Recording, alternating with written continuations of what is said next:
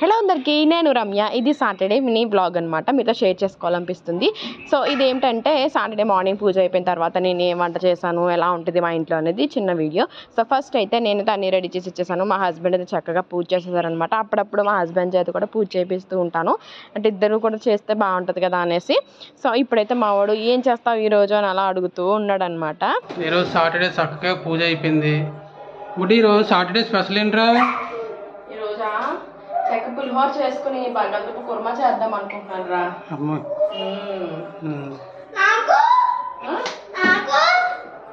నీకు పులిహోర బంగాళదుంప కుర్మా ఓకేనా? సరే, బాయ్ బాయ్. మేము బయటికి వెళ్ళి వస్తాం. ఏంట్రా తెగ కష్టపడుతున్నావు, ఏంటి సెట్ చేస్తున్నావు? మరి వీడియో చేద్దామని సెట్ చేసుకుంటున్నాను అనమాట. అవన్నీ అడ్జస్ట్ చేసుకోవాలి కదా కరెక్ట్ గా వచ్చేలాగా. మరి బాగుంటేనే కదా ఎవరైనా చూస్తారు. సో దానికోసం అయితే నాకు కష్టాలు. సో ఇప్పుడైతే బంగాళదుంప కుర్మా, పులిహోర, నిమ్మకాయ పులిహోర రెండు కూడా మీకు వీడియో చేసేస్తా.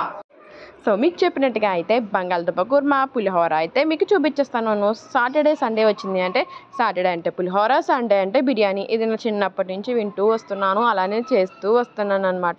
తింటూ కూడా వస్తున్నాను మా అమ్మ చేసి పెడుతూ ఉంటే. సో ఇప్పుడైతే బంగాళదుంప కుర్మా చేసేసుకున్నాము. సో ముందుగా అయితే దీనికి చక్కగా బంగాళదుంపలు ఉడకబెట్టేసుకున్నాను అనమాట. ఎక్కువ ఉడకబెట్టుకోలేదు, మళ్ళీ స్మాష్ కాకుండా కొంచెం అటు ఇటుగా ఒక 3 విజిల్స్ వచ్చేలాగా ఉడకబెట్టేసుకోవాలి. సో ఇప్పుడైతే రైస్ కూడా ఆల్రెడీ పెట్టేసేసాను అనమాట. నేను ఫ్రెష్ అప్ అయ్యి పూజ అవ్వకముందే రైస్ వండేసాను. పులిహోరకి ఎప్పుడు కూడా ఇలా ముందుగానే మనం ఒక 1.5 hour ముందు మనం అన్నం వండేసుకుని చల్లారి పెట్టుకుంటే మనకి కొంచెం పలుకు దించుకుంటే పులిహోరని పొడిపలాడుతూ వస్తుంది.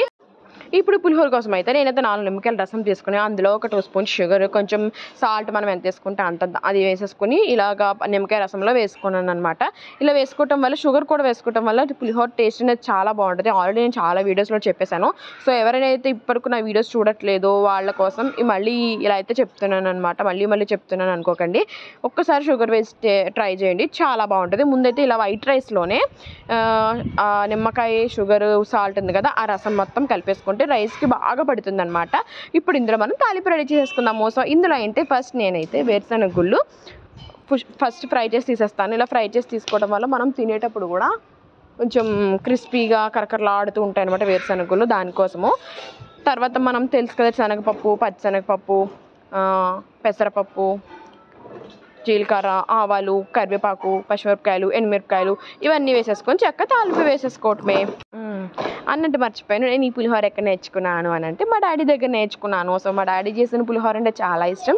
అట్ ద సేమ్ టైం మా అత్తయ్య చేసిన చింతపండు పులిహోర అంటే చాలా ఇష్టం అనమాట. ఈ రెండు వాళ్ళ దగ్గర ఉండి నేర్చుకున్నాను. సో నెక్స్ట్ టైం అయితే నేను చింతపండు పులిహోర ఆల్రెడీ చేసే ఉన్నాను. ఈసారి ఇంకా డీటెయిల్గా కూడా అది కూడా మీకు ఎక్స్ప్లెయిన్ చేస్తాను అనమాట. అంటే పులిహోర కూడా కొంచెం మనకి గుళ్ళో పెడతారు కదా, ఆ స్టైల్లో వస్తుంది.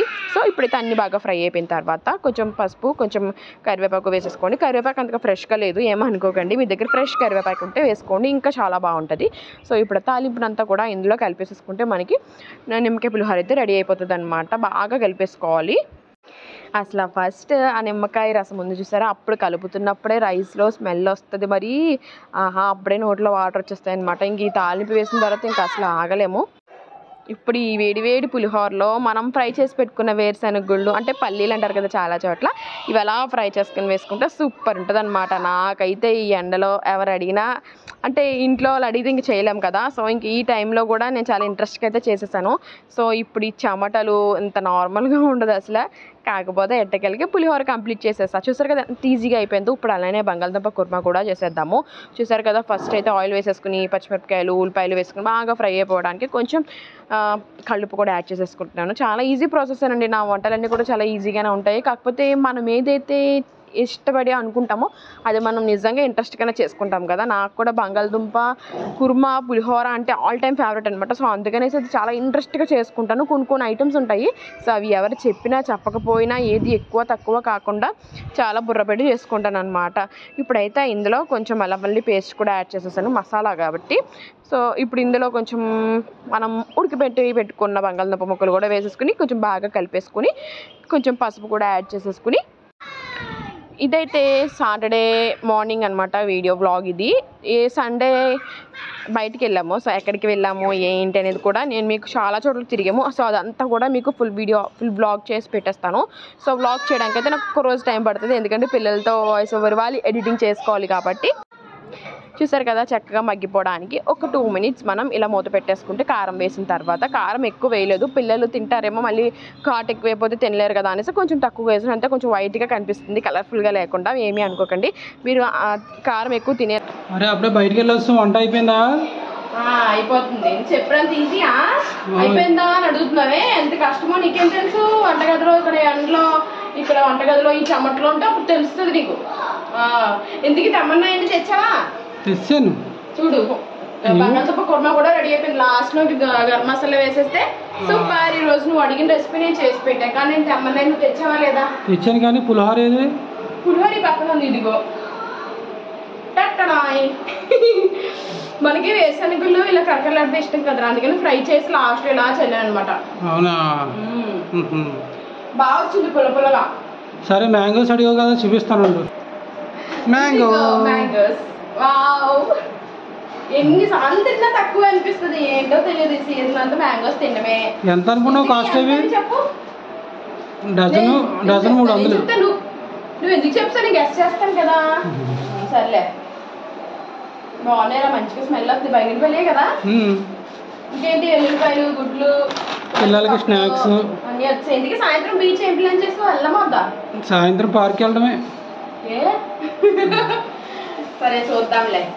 అసలు యాక్చువల్గా అది బీచ్ అనుకున్నాము, బయట అయితే ఎండ బాగా ఉందని డాడీ వాళ్ళు వద్దు అన్నారు. అంత దూరం అయినా మనకి ఎంత దూరం పడుతుందిరా? 1.5 hour కదా. గంటన్నర పడుతుంది. చూసారు, మీరు ఇలా వెళ్ళి ఇలా వచ్చేసారు. అంతలో నేను పులిహోర చేసేసి కుర్మా చేసి రెడీగా ఉంచాను. అప్పుడే బిస్కెట్స్ ఇస్తావా అన్నం తినే టైంలో? సో చూసారు కదా, చక్కగా అయితే బంగాళదుంప కుర్మా అయిపోయింది. ఇంకా లాస్ట్లో గరం మసాలా యాడ్ చేసేసుకుంటూ కొత్తిమీర చల్లేసుకుంటే మనకి రెడీ అయిపోతుంది. చాలా ఆల్ టైమ్ ఫేవరెట్ అండి బంగాళదుంప కుర్మా. పులిహోర అనమాట. మీలో ఎంతమందికి కాంబినేషన్ ఇష్టమో ఒక చిన్న కమెంట్ అయితే చేయండి. సో ఇంకా ఫర్దర్గా మంచి వీడియోస్ చేస్తూ ఉంటాను. మేము ఎక్కడికైనా వెళ్ళి మేము వ్లాగ్స్ పెట్టడానికి ట్రై చేస్తూ ఉంటాను అనమాట. ట్రై చేస్తూ అని ఎందుకన్నాను అంటే పిల్లలతో అంత ఈజీ కాదు కాబట్టి, కానీ మ్యాక్సిమం పెట్టేస్తూ ఉంటాను. సో మేము సండే కూడా వెళ్ళిన వ్లాగ్ కూడా మీకు షేర్ చేసేస్తాను. సో ఈ కాయలు అయితే ఎలా ఉన్నాయి ఏంటి నా వ్యూ తెలుసుకోవడం కోసం. సో ఇప్పుడైతే ఈ వాయిస్ ఓవర్ కూడా మా పిల్లలు పక్కన గోల్ ఎలా చూసారు కదా, మీకు అర్థమైపోయి ఉంటుంది ఆల్మోస్ట్. సో ఈ వీడియో మీకు నచ్చిందని అనుకుంటున్నాను. మీకు నచ్చితే కనుక ప్లీజ్ ఒక లైక్ అయితే చేసేసేయండి, అలానే సబ్స్క్రైబ్ కూడా చేసేసేయండి మరిన్ని వీడియోస్ కోసం. మొత్తానికైతే ఈ మామిడికాయలు బాగా ముగ్గు పెట్టేశారు, చాలా బాగున్నాయి. అంతే ఇంకా వీడియో. Bye bye.